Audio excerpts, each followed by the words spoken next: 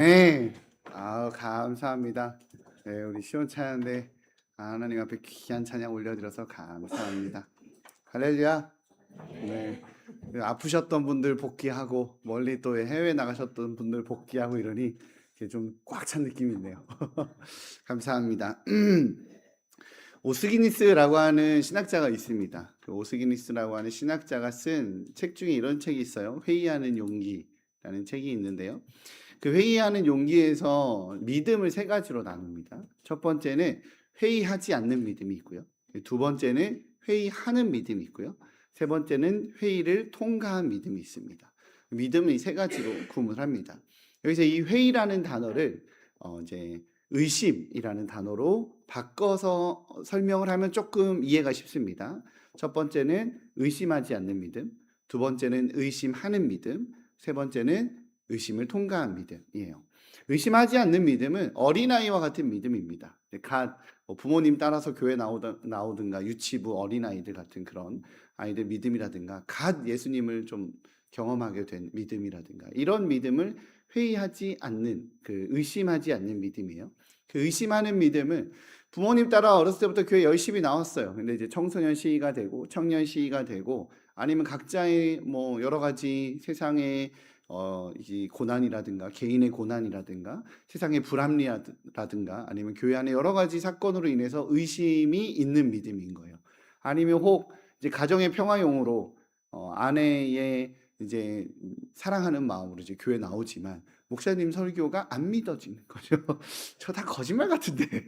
약간 그런 믿음, 거의 믿음이 없는 상태라고 사실은 봐야겠죠. 이제 의심을 통과한 믿음은 이 모든 것을 통과해서 그 모든 어떠한 세상의 불합리라든지 어려움이라든지 개인의 고난이라든지 그 모든 것들을 다 통과하고 정말 온전히 주님을 주인으로 인정하게 되는 믿음입니다. 오스기니스가 가장 권장하는 믿음이죠.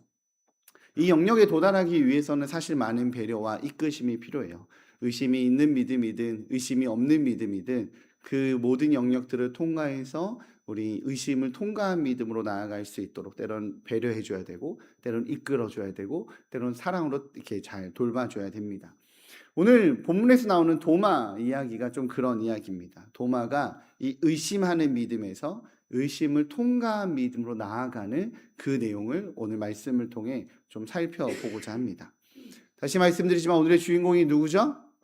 도마. 늘 설교의 주인공은 예수님과 하나님이지만 그래도 오늘 대상은 도마입니다. 도마하면 교회에서 붙는 수식어가 있어요. 어떤 수식어가 있는지 아시나요? 의심 많은 도마. 그죠? 도마하면 의심 많은 도마라는 수식어가 있습니다. 우리 교회 나온 지 정말 얼마 되지 않고 이제 새가족들 분들이 좀 있으셔서 이 배경 지식이 없는 분들에게 조금 조심스러운 오늘 설교예요. 설교가 끝나고 궁금한 게 있으시면 우리 전도자분들이나 설명을 좀 해주시면 좋을 것 같습니다. 도마하면 의심 많은 도마라고 유명한 사람입니다. 성경에서. 의심이 많다라는 건 결코 긍정적인 표현은 아니겠죠. 그죠? 긍정적인 표현은 아닐 겁니다. 그렇기 때문에 전통적으로 교회에서는 이제 예수님의 12제자 중에서 실패한 사람을 2명을 꼽죠. 첫 번째는 가룟 유다, 그 배신자. 가룟 유다는 배신자, 이런 이미지가 강하고요. 그리고 도마는 의심한 제자, 예수님을 의심한 제자. 예수님을 의심했기 때문에 가룟 유다 보면 배신하면 안 되고 도마 보면 의심하면 안 된다라고 말하는 대표적인 예화로 또 대표적인 설명으로 드는 사람이 두 사람입니다. 그런데 우리 한번 좀 고민해 보고 싶습니다. 도마는 정말 의심한 것인가? 라고 말하는 질문을 좀 던져보게 됩니다. 오늘 그 이야기를 나누고자 합니다.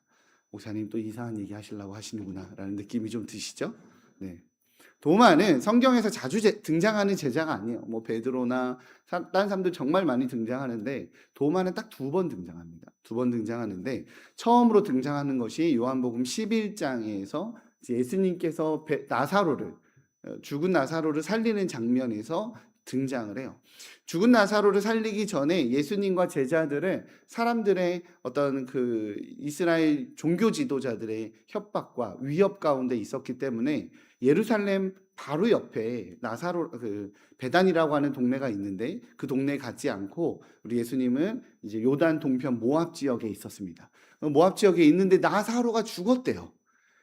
예수님을 따르는 제자인 나사로가 죽었다라는 소식을 들리게 됩니다. 그래서 예수님이 이제 가야 되는 상황이 되니까 제자들이 예수님을 뜯어 말리는 거예요. 왜냐하면 예루살렘에 있는 그 로마 종교 지도자들이 예수님과 예수님의 제자들을 잡아서 죽이려고 하는 그런 상황에 있었기 때문에 예수님과 예수님의 제자들이 그 모압 지역에 있는 상태였습니다.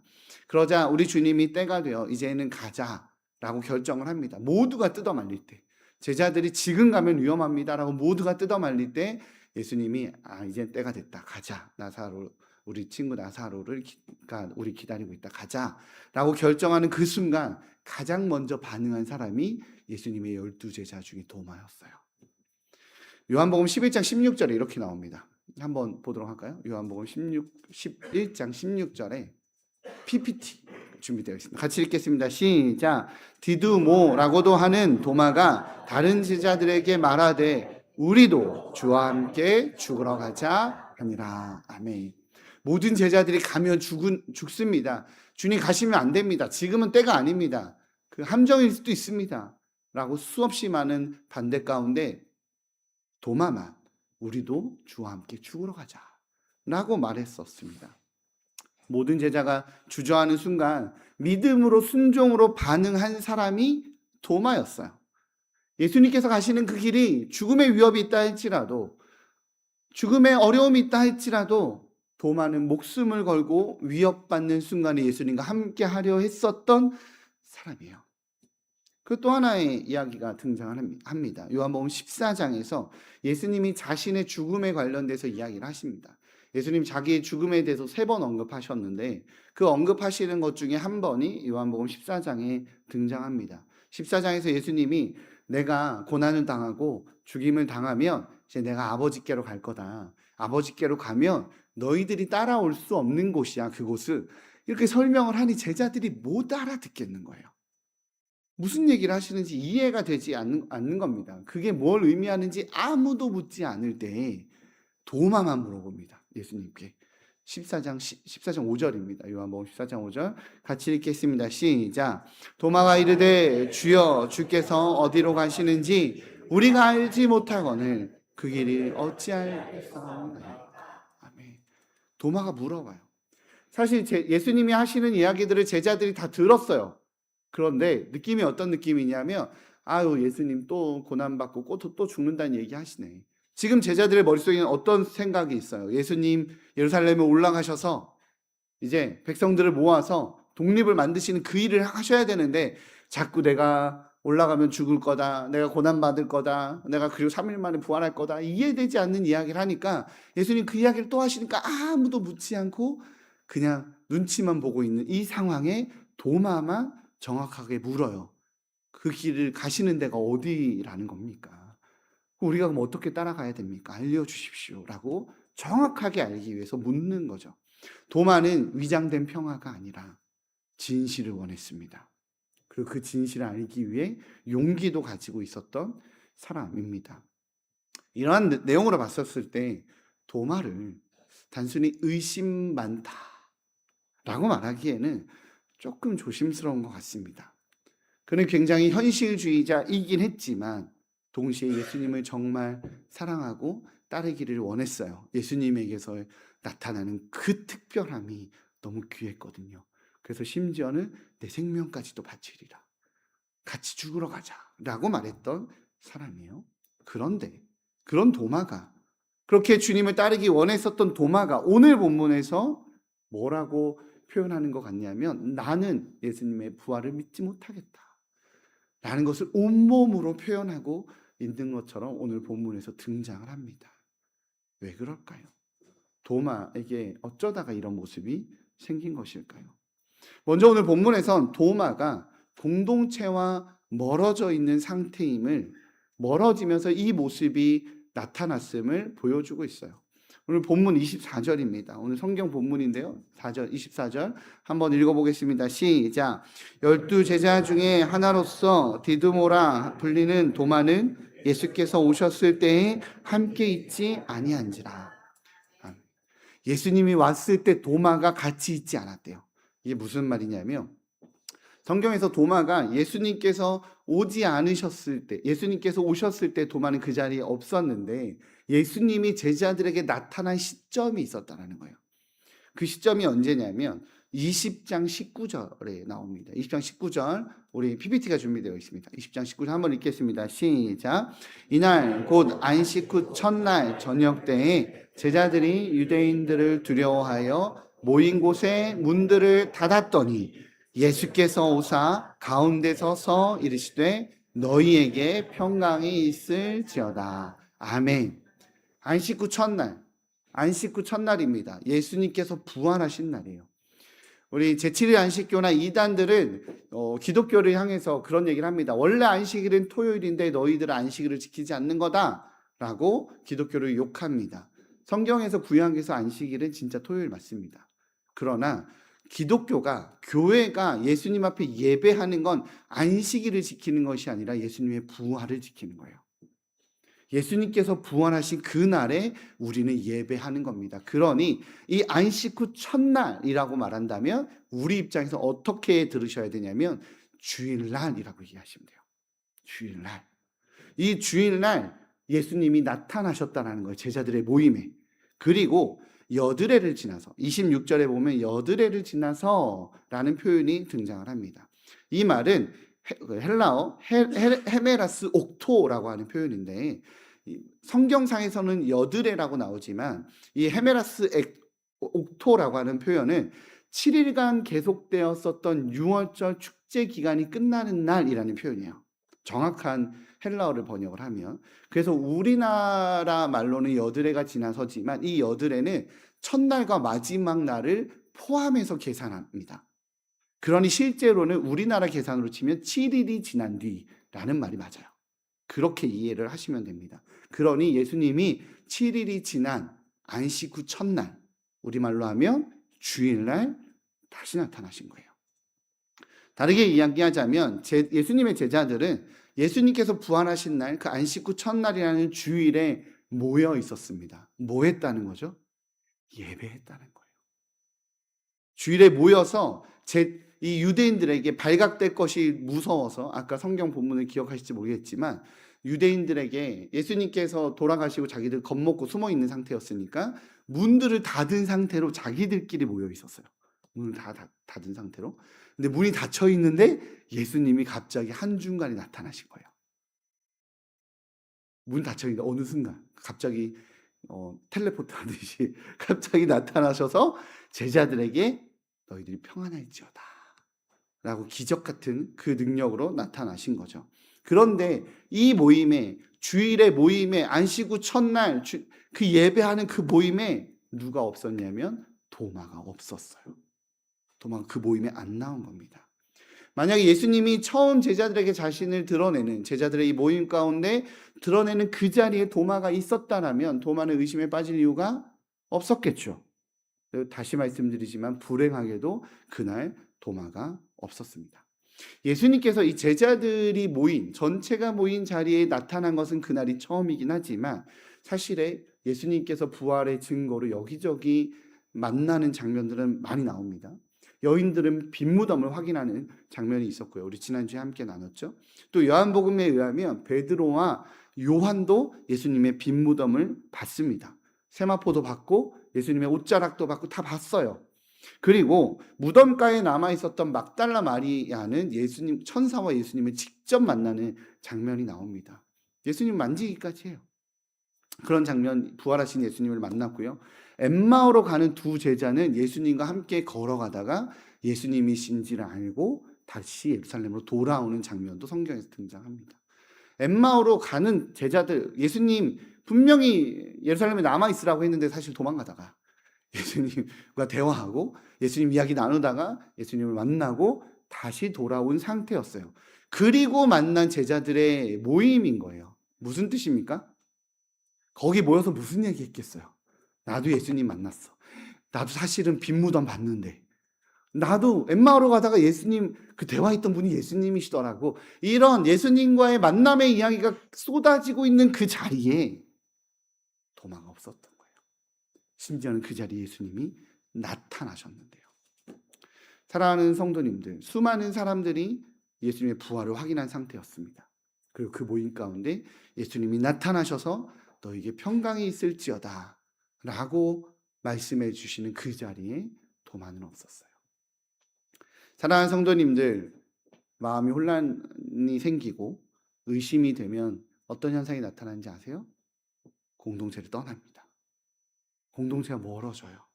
평생을 10년, 20년을 함께 교제하고 사랑도 나누고 여러 가지 관계도 맺었지만 내 안에 의심이 생기면 공동체와 멀어지려 합니다. 예배와 멀어져요.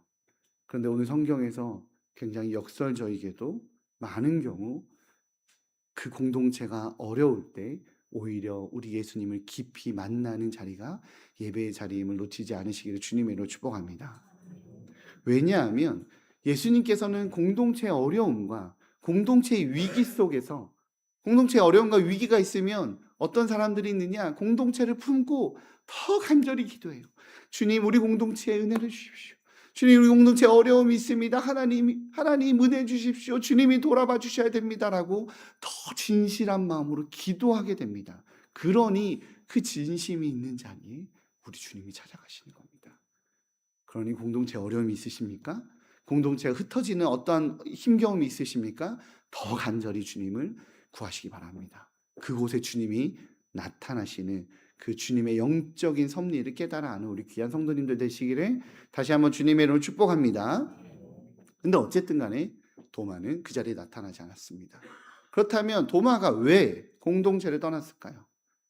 굉장히 역설적이게도요, 도마가 예수님을 정말 사랑해서 떠났어요. 정말 예수님을 너무너무 좋아해서 떠났어요. 분명한 것은 그의 상심은 그의 진심에서 나왔다는 겁니다. 다시 말씀드리지만 우리는 요한복음 11장과 14장에 기록되어 있는 이 도마의 이야기를 통해서 도마가 예수님에 대해서 진심이었다는 것을 우리는 확인했습니다. 그러니까 예수님을 사랑하고 예수님을 따르고 예수님을 향해 진심과 진리로 다가가고 싶어서 그는 예수님을 위해서 예수님과 함께 죽으러 가자라고 말했던 사람이었습니다. 그는 진심이었기 때문에 굉장히 역설적이게도 무기력하게 군인들에게 끌려가는 예수님의 모습을 보고 더 상심한 거예요. 무기력하게 십자가에 죽으신 예수님을 보며 그는 실망했어요. 누가 봐도 그분은 메시아인데, 지금까지 봤던 그분은 정말 이제 이 이스라엘의 로마의 압제에서 벗어나게 하실 분인데, 그러하기에 내가 진짜 믿었는데 그분이 무기력하게 죽는 걸 보면서 현실주의자였었던 도마는 이 사실이 너무나도 절망적이었습니다. 역사상 죽음을 이긴 사람은 한 명도 없어요. 그렇죠? 예수님은 찬란했고 위대했으며 깊이가 있으신 존재이긴 하지만 그는 십자가에서 엘리 엘리 라마 사박다니 라고 외치며 죽으셨습니다. 온몸에 피를 쏟아냈고 그의 손과 발에는 그의 무게를 견딜 수 있을 만큼의 크고 두꺼운 못이 박혔으며 군인들은 그의 옆구리에 심장에 창을 찔러 넣어 마지막 피 한 방울까지도 다 쏟아내게 했습니다. 도마는 그 사실을 눈으로 봤고 예수님의 죽음을 확인했습니다. 머릿속에는 그날의 참혹하고 절망적인 장면이 떠나질 않았을 거예요. 아무리 소망을 가져보려 해도, 아무리 희망을 가져보려 해도 이미 끝났어요.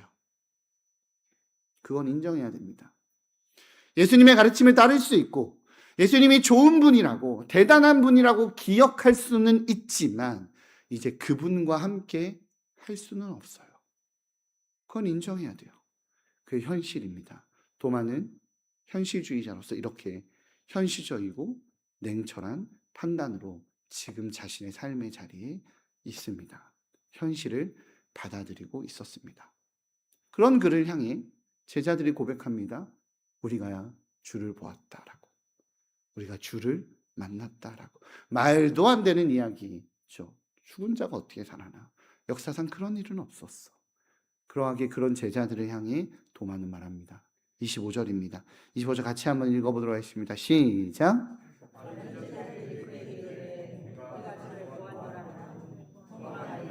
내가 그의 손에 못자국을 보며 내 손가락을 그 못자국에 넣으며 내 손을 그 옆구리에 넣어보지 않고는 믿지 아니하겠노라 하니라. 눈으로 확인하기 전에는, 손으로 확인하기 전에는 믿을 수 없다라고 말합니다. 사실 죽은 자가 살아났다라는 것은 인간이 믿을 수 있는 믿음의 종류의 지식이 아닙니다. 도마가 낮은 수준의 믿음이었다라는 것이 아니라 어쩌면 믿어야 되는 그 진리의 내용이 현실적이지 않았던 건 맞는 것 같습니다. 믿지 못하고 믿을 수 없어 하는 도마를 제자들은 공동체 예배 가운데로 부릅니다. 그 자리에 예수님이 오셨으니 다시 오실 수 있다고, 만나게 되면 너도 괜찮지 않겠냐라고 설득합니다. 그렇게 여드레가 지나고, 정확하게는 7일이 지나고 예수님께서 나타나십니다. 다시 말씀드리지만 여기서 말하는 여드레는 7일입니다. 우리 26절, 27절 같이 한번 읽어보겠습니다. 시작. 도마도 함께 있고 문들이 닫혔는데 예수께서 오사 가운데 서서 이르시되 너희에게 평강이 있을지어다 하시고 도마에게 이르시되 내 손가락을 이리 내밀어 내 손을 보고 내 손을 내밀어 내 옆구리에 넣어보라. 그리하여 믿음 없는 자가 되지 말고 믿는 자가 되라. 아멘. 사랑하는 성도님들, 도마를 향한 우리 예수님의 말씀이 책망처럼 들리십니까? 위로처럼 들리십니까? 서양 미술 전문가인 서경석 씨라는 분이 있습니다. 이 서경석 씨는 상처를 보여주는 그리스도라는 조형물을 어느 날 보게 됩니다. 바로 저 조형물입니다. 감사합니다. 상처를 보여주는 그리스도. 저 상처 구멍이, 조형물이 크기 때문에 정말 깊이 있게 보인다라고 합니다. 이 작품을 처음 만나게 됐을 때 서영석 씨는 저 작품을 보고 감명 그 자체였다라고 해요. 왜냐하면 자신의 상황이 지금 상처투성이었거든요. 그의 몸은 열병으로 지쳐 있었고 그의 형이 2명이 있었는데 형은 군사 정권의 조작 사건으로 인해서 감옥에 갇혀 있는 상태였다라고 합니다. 그러한 상태에서 이 상처를 보여주는 그리스도를 만나게 됩니다. 형 2명은 지금 감옥에서 단식 투쟁을 하고 있었기 때문에 고문을 엄청 받은 상태였고 생사가 위협적인 상황이었습니다. 자신의 몸도 지쳤고 자신의 가족도 위협에 처해져 있는, 그렇게 인생의 삶의 전체가 상처투성이인 자신에게 그는 상처를 보여주는 그리스도라는 작품을 만나게 됩니다. 저 상처를 보여주는 그리스도라는 이 조형물은 원래 이탈리아 산타 마리아 누오바 병원에 있습니다. 누오바 병원에 있는 조형물인데 참 이상하지 않습니까? 병원에 예수님의 모형이 있습니다. 어떤 모형이 있어야 좋을 것 같으신가요? 왠지 베드로를 향해 일어나 걸으라. 베드로가 아니라 베드로래요. 네, 그건 베드로가 한 행동이죠. 안진뱅이를 향해 일어나 걸으라라고 말하거나 풍랑을 잠잠케 하거나 병자를 고치고 있는 예수님의 조형물이 있어야 될 것 같은 병원에 그러한 능력의 예수님의 조형물이 있지 않고 상처를 보여주는 그리스도의 조형물이 있습니다. 그런데 그 조형물을 보고 수없이 많은 사람들이 하나님의 위로를 경험했다라고 합니다.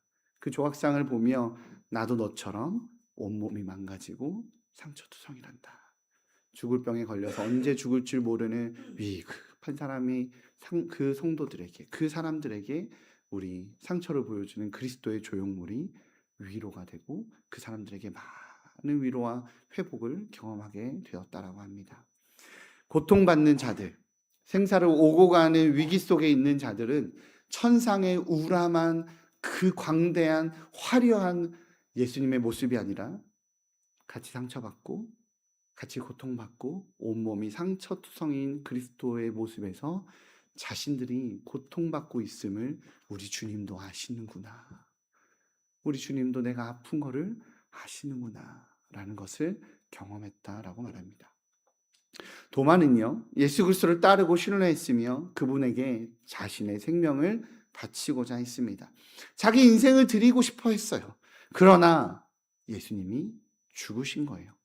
그를 위한 희생은 아깝지 않으나 그의 죽음으로 나의 삶이 무의미해지는 것을 견디기 어려웠던 겁니다.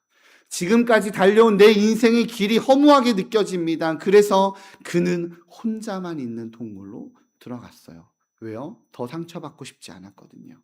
더 이상 실망하고 싶지 않았거든요. 꺾여버릴 것 같은 그 한 가닥 소망을 붙들고 그 한 가닥 희망을 붙들고 예수님이 부활하셨다라고 주장하고 있는 이 제자들의 말을 믿을 수가 없어요. 그걸 믿었다가 아니면 다시 한번 실망하고 싶지 않아서. 그래서 그는 이렇게 얘기합니다. 내 눈으로 보기 전에는, 내 손으로 만지기 전에는 난 믿을 수 없다 라고 말합니다. 그분이 메시아라는 희망을 다시 걸고 싶지 않았어요. 용기가 없었거든요. 왜냐? 그분은 죽으셨으니까요. 그렇게 마음을 되뇌이며 도마가 겨우겨우 견디고 있는데 그의 과거의 동료들이 예배의 자리에 함께 가자, 예수님이 그곳에 나타나실 것이다 라고 자신을 끌고 와서 그 예배에 왔는데 그곳에 주님이 나타나셨습니다. 예수님이 나타나셨어요. 정말 살아나셔서 나타나셨어요. 다시 말씀드리지만 이 예배 때도 제자들은 여전히 세상이 무서워 문을 꽁꽁 닫고 자기들만 모여 있는데 예수님이 순간적으로 나타나셔서 얘기하시는 거죠. 평강이 있어라. 제자들의 말이, 동료들의 말이 거짓이 아니었습니다. 희망 고문이 아니라 사실이었고 진리였어요. 주님께서 말씀하시죠. 내 손을 내밀어, 내 손을 보고 내 손을 나의 옆구리에 넣어봐라. 내가 알고 있는 예수가 나다 라고 말씀해 주십니다. 도마가 한 그 이야기를 꼭 옆에서 들은 것처럼 도마의 말 그대로 도마에게 말씀하십니다. 다시 말씀드립니다. 사랑하는 성도님들, 예수님의 말씀이 어떻게 들리시나요? 책망으로 들리시나요? 왜 믿지 못하니? 넌 정말 답답하구나 라는 실망으로 들리시나요? 아니면 위로로 들리시나요? 저는 위로로 들립니다. 그리고 오늘 예수님이 이 도마를 위로하는, 도마야, 내 손과 내 옆구리를 만져보고 나를 믿어라 라고 말하는 이 위로의 도마는 자기가 지금까지 해보지 않았었던 최고의 신앙 고백으로 화답합니다. 오늘 본문 28절입니다. 같이 읽겠습니다. 시작.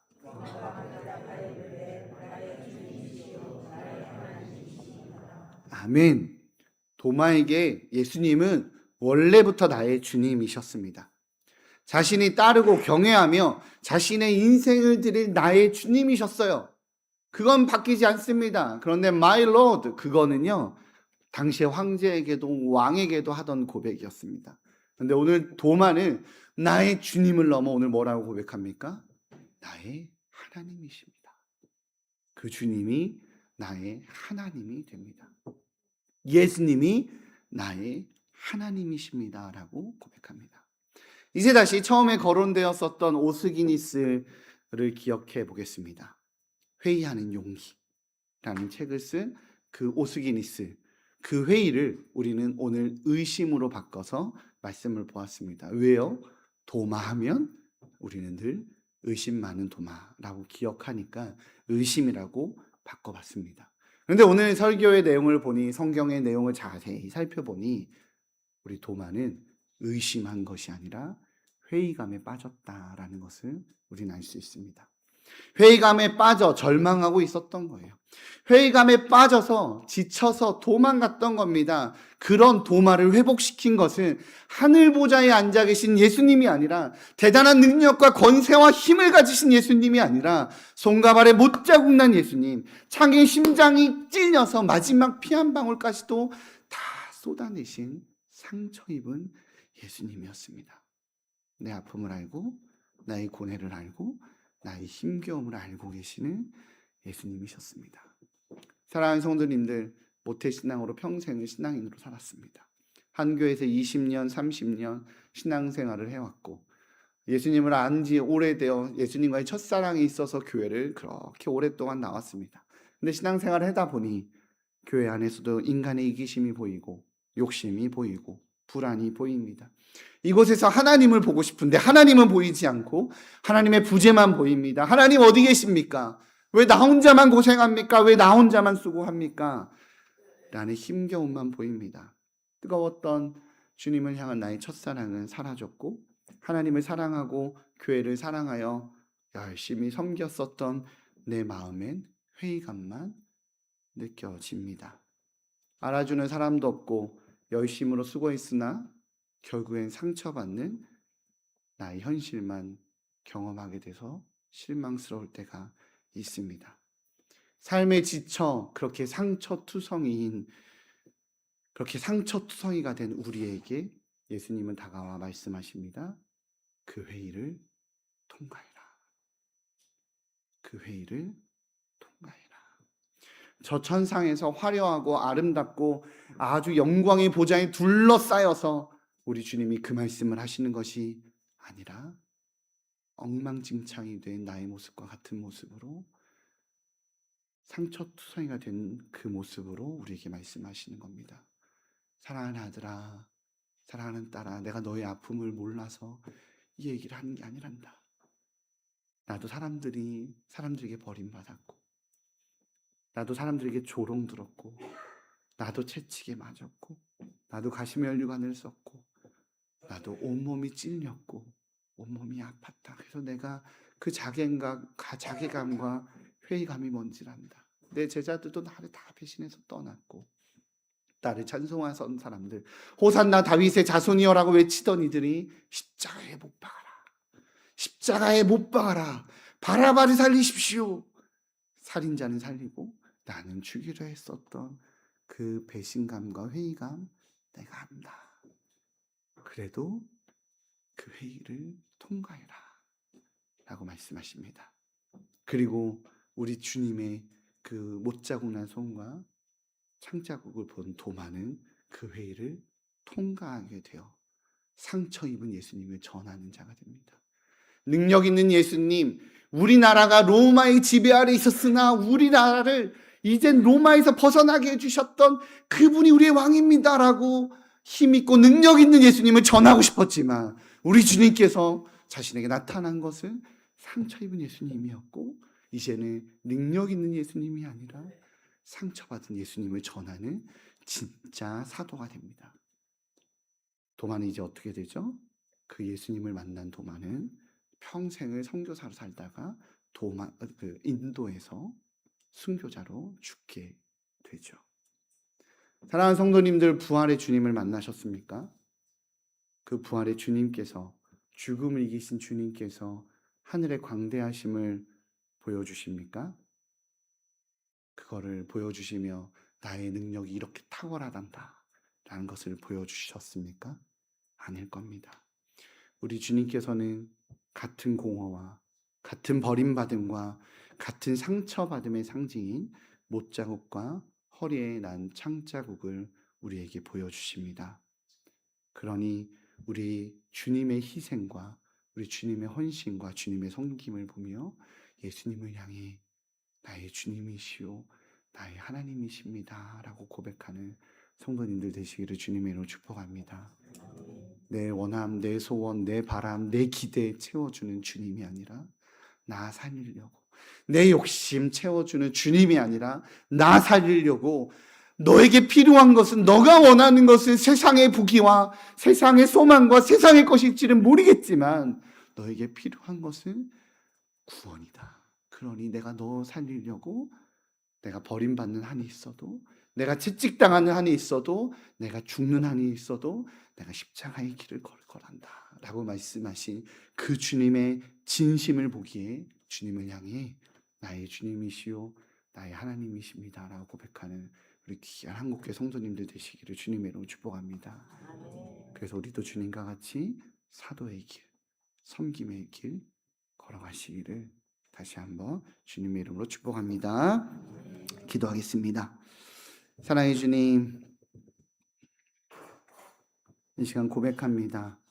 우리는 연약하고 우리는 부족합니다. 주님을 향한 그 섬김과 그 헌신의 길을 걸어왔지만 하나님, 우리 안에 회의감에 빠져서, 우리 안에 연약함에 빠져서 그 마음이 무너진 순간들이 있습니다. 그 마음을 바라보며, 연약함을 바라보며 우리를 향해 책망치 않으시고 더 깊은 상처와 더 깊은 아픔을 가지신 주님이 사랑하는 자야, 나와 같이 가자 라고 말씀하십니다. 그 주님의 상처와 아픔을 보며 주님도 아프셨군요.